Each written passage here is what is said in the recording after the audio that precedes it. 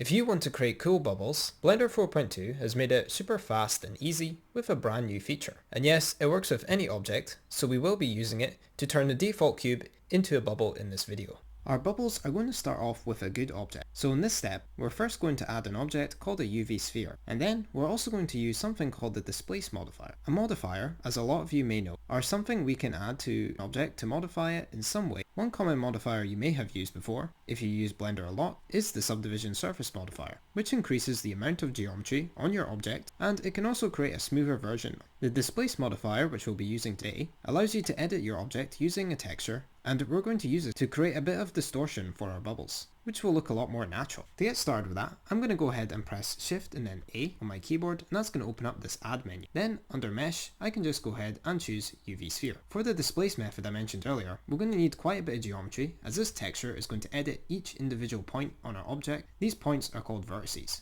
So I'm going to open up this menu here called Add UV Sphere. If you happen to click away from it, you can press F9 on your keyboard to bring this menu back up. Do keep in mind though, when you perform another operation, it will disappear for good and you won't be able to get it back. I'm going to change my segments to 64 and I'm going to change my rings to 32, and that will effectively double the resolution, giving us a little bit more to work with. Then I'm going to left click my sphere, right click and shade smooth to get rid of all that jaggedness. Awesome, that's just got our UV sphere. Let's go ahead and add that displace modifier. To add a modifier, we need to come to this option here called the modifier properties panel, and it looks like a little blue spanner. Then I can left click add modifier, and then under generate, and then under deform, I'm going to choose displace. The reason it's under deform is because this is going to be something that's going to be deforming our object. If you forget where to find it though, when you press add modifier, you can always just choose the search button and then search for it that way. You'll see, to start with, it's made our sphere much bigger. But don't worry, we'll be able to change that later. For now, we're going to click this big plus new button, which if you can see to the left, has a little square here, which almost looks a bit like a chessboard. This is the symbol for a texture, and if I press plus new, it's going to add a new texture. I can then come down to this texture properties menu, which is right at the bottom, and this menu is going to allow me to add a texture, which will influence our displace modifier, which will then have an effect on our object. We don't need to worry about all these different settings in here, as there's different options such as adding your own textures and things like that, but all we need to do is left click image or movie and change it to clouds. What clouds does is it's pretty much just a noise texture, which is just a bunch of different grayscale values. You can see it's ranging between more whiter colors and more colors closer to black. And these values will affect the displacement. If you want to be a little bit more specific, technically the areas which are darker will be the areas which won't be pushed up at all, whereas the areas which are closer to white are going to be these more spiky areas. But I think this is a little bit overkill for a bubble, so we need to tone it down a little. We can do that by increasing the size. So I'm going to set it to a size of about 1.5, but we have a bit of a problem. No matter how much we do it, it's still a little bit too much. And to fix that, all we need to do is come back to our modifier properties. So I'll left click the spanner again, and I'm going to change the strength to something like 0.2 or 3. I'll try 0.2 just now, and yeah, that looks pretty good. If you want to see the before and after, you can left click this little button that looks like a monitor to turn it off. You can see this is our default sphere, and then once we've had this displace effect, it's created this cool distortion, which is going to look a little bit more realistic. Alright, now we've got our object sorted, let's go ahead and move on to the shading. Before we can do any shading in Blender though, we're going to need some quick lighting. The settings we're going to be using will require the render preview, so to start off I'm going to left click this button up here, which is called render preview, and it allows us to preview what our object will look like in our final render. We also have this option called material preview as well, which allows you to preview your material, but it won't work for all shading effects, and unfortunately the oily bubble effect we'll be learning in this video won't be shown in this view. If you do want to use your view but you can't change the colour because your material is staying black like this, I do have a video showing you how to quickly fix that for this material preview. But for now, I'm going to go back into render preview since this is what we're going to be working in. We're going to add some quick realistic lighting using something called an HDRI. So first of all, I'm going to click the link in the description and go to a website called polyhaven.com. If you don't know what Polyhaven is, it's essentially a free library of different 3D assets we can use in our projects. I like to use it for HDRIs and textures. And yeah, these are all totally free, which is really cool. I'm going to go ahead and click on Browse HDRIs, but you might be wondering why I'm coming to HDRIs in the first place. And that's because we're going to be lighting up our scene using one of these images, which will give us some quick realistic lighting. In the introduction, I used this HDRI for the bubbles, so we're going to use this for the tutorial, so I'll just left click this one here, but I'll leave the link to this asset in the description below. Then you'll see we have a few options, such as 4K, which allows us to choose our resolution, which I just keep on the default, EXR, which allows you to choose the type of file format. I find EXR works just fine, but you can use HDR as well. Then once you're happy, you can go ahead and left click download. While that's downloading, I've just come back to Blender here, and then I'm just going to go ahead and left click this world properties option. This world properties option is what's actually going to allow us to add an HDRI in the first place. So I'll press plus new, but you might have one in your scene already, in which case you can just move on to the next step, where we're going to left click this yellow circle beside color and change it to environment texture. Environment texture always turns everything purple, which just means that the texture is missing. So to add our HDRI, all we need to do is left click this open button, and then in our Blender file browser here, we can just come to our downloads, and I usually just filter things by the file format, so I'll just search in EXR, and you can see that that's filtered by all of the EXR images I have in my download folder. If you chose the HDR format, you can of course just search HDR instead. If you want to have big icons like I have, you can just choose this button at the top here, which will show everything as a thumbnail. Then you can go ahead and left click your desired HDRI, and then you can just press open image. And you can see this has now added some quick realistic lighting to our scene. Now all we need to do is we're going to add a default material, and then we're just going to adjust 4 settings on this default principled BSDF node, which will be the default shader node in our new material. A shader node is just a box or node which calculates how our object will react to light and then shows us the result. Even though we don't have a material right now, it will automatically apply an almost invisible default material, so that's why we can still see shading in our viewport even though we haven't added a material yet. As for the 4 settings we'll be adjusting roughness, which controls how smooth or rough looking our object is. Of course, smoother surfaces will have clearer reflections. Then we have IOR, which stands for index of refraction, which allows us to control how our object will reflect light. Different materials will have slightly different numbers for this value. For example, on this glass or transmissive shader I made, soda lime glass has a IOR of roughly 1.5, whereas water has an index of refraction, or IOR, of 1.33, and air, which will be important later, has an IOR of just 1. Then we also have transmission, which can make our object see-through or transmissive, a bit like glass or water. Then finally we have the newest addition to this shader in Blender 4.2, called thin film, which is key to creating this oily bubble effect. So to get started, I'll left click my sphere to select it, and I'm going to change my timeline here to something called the shader editor. To do that, I just left click the clock, and then I'll choose shader editor. I'm then going to left click and drag this up to make this a bit bigger.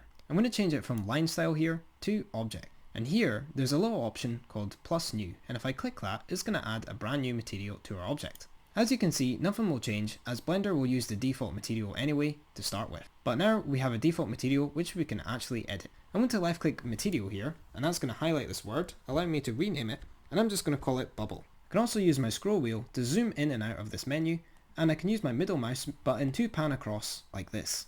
So you'll find a lot of the navigation hotkeys that work in the 3D viewport will also work in this shader editor. And you can see it's added that principled BSDF by default, so we can go ahead and start editing those 4 settings. So for roughness, a bubble is a very smooth surface, as you might imagine, and also very reflective. So that means we need to turn our roughness down to something really low. For the sake of simplicity, I just turned it to the number 0. After that, you'll notice our object has now got really clear reflections, and that's because we've set this roughness to 0. You can see that IOR is under here, but we're going to come back to this later. For now, we're going to come under this tab called transmission, so I'll just left click it to open it, and where it says weight, I'm just going to left click and type in the number 1 to turn it on completely. You will see after doing that a glass material has been made. It does look a little bit weird because glass usually has a bit of thickness, and this is only 1 layer. But since we're not making a glass material, that's not really a problem. Then let's go ahead and move on to this cool new setting called thin film. So I'll left click it to open it, and here you can see we have something called thickness and IOR. This IOR is different from the IOR we'll be changing later, and you want to make sure you leave this value alone,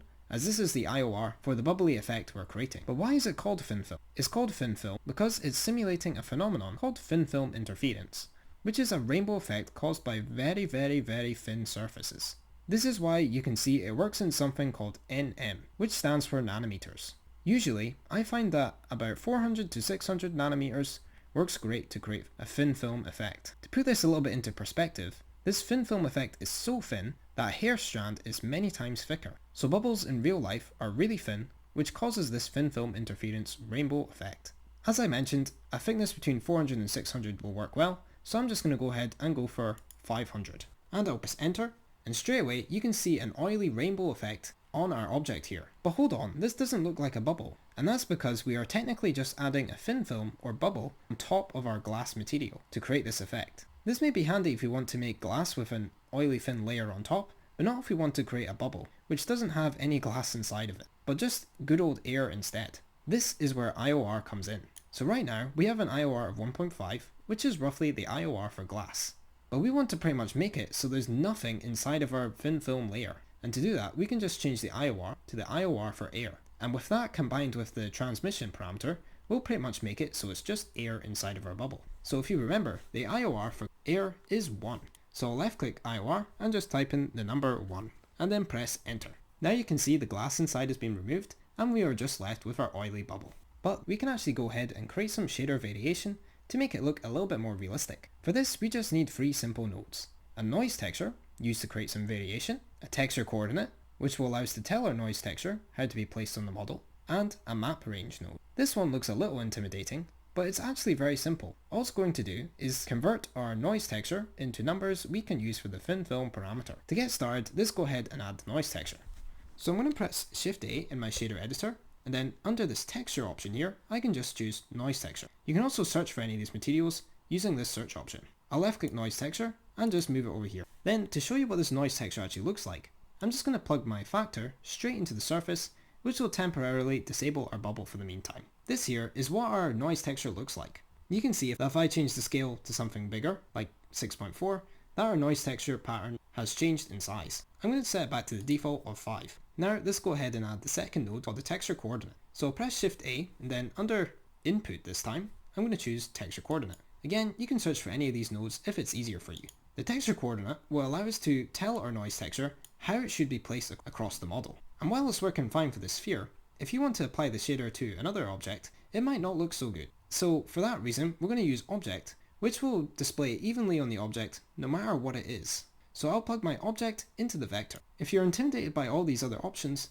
don't worry, as they're a little bit out of the scope of this simple tutorial. For now, just note that the object will allow you to place your noise texture across any object you add this bubble material to evenly. If you think this is a little bit too much noise, you can go ahead and change the scale to maybe something smaller like 2.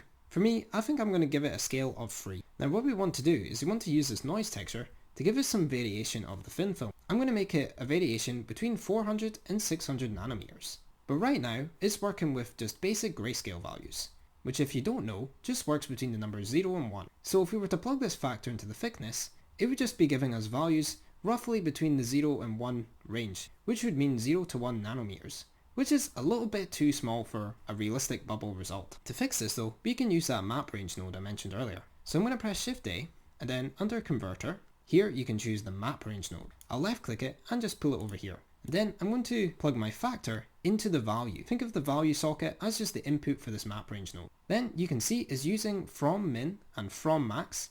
This is pretty much asking me what are the values that this noise texture are using. So I just leave it at 0 to 1. And then you've got to min and maximum, which is asking me to tell this map range node, what do I want to make these new values? So think of the from options for telling the map range node what to reference in this noise texture, and the to operations here are to tell us what to turn our noise texture input into. So as I mentioned, I want to make it from 400 to 600 nanometers with some variation using this noise texture. So I'm going to set my to min to 400 and my to max to 600. And now the areas on my noise texture closer to the number 0 will be giving a number closer to the number 400, and the areas closer to the number 1 will be given a number closer to the number 600. And when we plug this result into our thickness, it's going to work out nicely. But nothing's happened yet, and that's because we need to plug our shader back into the surface. To do that, I can just plug this BSDF green socket into the surface. And now we have some more realistic variation on our shader as well. At the start of the video though, I showed you that we can do this with any object. So let's go ahead and do this with a default cube. To start off, I'm just going to left click this button here to go into solid view, just so I can have a little bit of faster performance while I'm adding a new object. Now I'm in solid view, I'm going to press Shift A, and then under mesh, I'm going to choose cube. Then I'm going to press G and then X and move it along. Rather than setting up our displace all over again, we can actually just copy it from our sphere. So to do that, I'm going to left click my cube first, and then shift left click my sphere, and you can see that it's now got a brighter outline around it, indicating that it's the active selected object. If you don't know what that means, don't worry, it just means we'll be able to copy our modifier from this sphere. I'll come down to the modifier properties, and then under displace, I'm going to left click this arrow here, and then if I choose this copy to selected by left clicking it, you can see if I left click my cube now, it's now been applied to our cube too. But you can see this hasn't really done much, and that's because if I press tab to go into edit mode, and then press 1 on the keyboard to go into vertices select mode, you can see we only have a few dots here. Whereas if I press tab to come back into object mode, left click my sphere, and press tab to go into edit mode, you can see we have way more dots on our sphere. So we need to have way more dots on our cube in order for the displace modifier to effectively distort our cube. To do that, it's actually very easy. I just need to press tab, press A to select everything, so I like to think of it as A for all, and then I can just right click and left click subdivide. Then in the bottom left hand corner, there's a menu here called subdivide, and if I left click to open it, I can change my number of cuts to increase the resolution. I'll maybe set the number of cuts to something like 15 and press enter. Now you can see we have way more dots for Blender to work with. And when I press tab to come back into object mode, you can see it's now working. But I kind of wanted to give my cube a bit more of a roundish appearance. So to do that, I'm going to need a modifier which is going to make my edges here more round, and I can do that easily using the bevel modifier. So I'll press add modifier, and under generate, I'm just going to choose bevel. I'll then left click this arrow here and press move to first. I'm going to increase my segments to something like 3, and that makes it a lot more smooth. You can also adjust the amount to increase how big our bevel is, but I just kept it at the default at 0.1. Then once you're happy, you can press right click and choose shade smooth, and now everything is all smoothed out. If you want to adjust the wobble of our distortion effect on the displace, you can change the strength here by setting it to 0.1. But to be honest, I kind of liked it how it was, so maybe I'll set it to a strength of maybe 0.15. There, that's looking pretty good. And now I'm going to left click my render preview viewport shading to come back into the rendered mode. And now if we want to add our bubble material to our object, all we need to do is left click this little button here, which looks like a checkered sphere, and I can just left click bubble. Awesome, now you can see we have a cube with that bubbly effect on it. Creating bubbles though is only one of the amazing effects that we can achieve using this awesome Principled BSDF shader. So if you want to learn more about all the different things the Principled BSDF can do, I highly recommend checking out this video here, which covers all of the important settings for the Principled BSDF in the latest Blender version. Apart from that though, I'd like to thank you so much for watching, and I'll see you in the next video. Take care.